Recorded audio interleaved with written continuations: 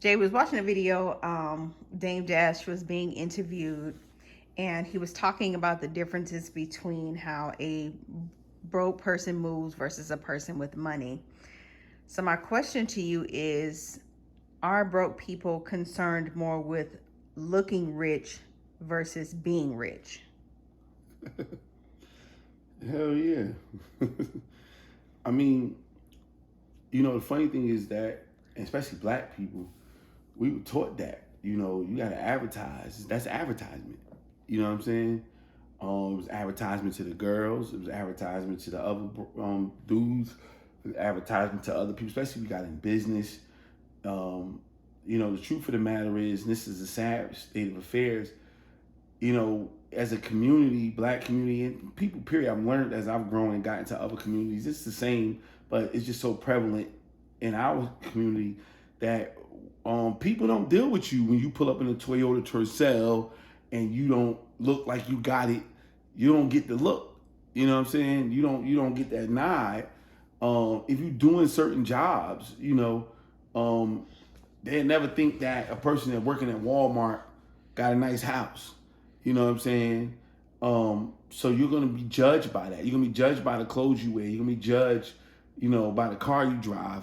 And this way you have a lot of people who will get a nice car, paying $700 payment on it to make everybody that makes them feel good about themselves. You know what I'm saying? And so we were all taught that. Um, I think it's horrible teaching. But number one, thought process you got to have is how you feel about yourself. You know what I mean? Because those people are the dopest people who are confident within themselves. I remember a group of ministers that I knew back in the day, and they had all of them got mega churches, and they got their S550s and Range Rovers and all that other stuff like that. And the one who had the biggest church, it's about 6'4". This guy was like 6'4", driving a Geo Prism. Now, I know that dude had the bag because that's how it went. They got and this is A&Me church people, and so if you don't know how they work, they pay you a salary, and you get part of that is off of how much money your church makes. Now you got a 300,000 square foot church, you getting a check, but it didn't matter. I remember being in the same bank with this brother, and he walked to the teller before the teller come. They come out to him, shaking his hand, saying his name, everything.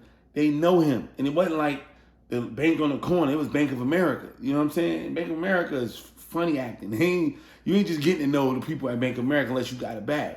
But this man rode around in the Geo Prism. You know what I mean? And so that just told me that he was confident in himself. He was comfortable in his own skin.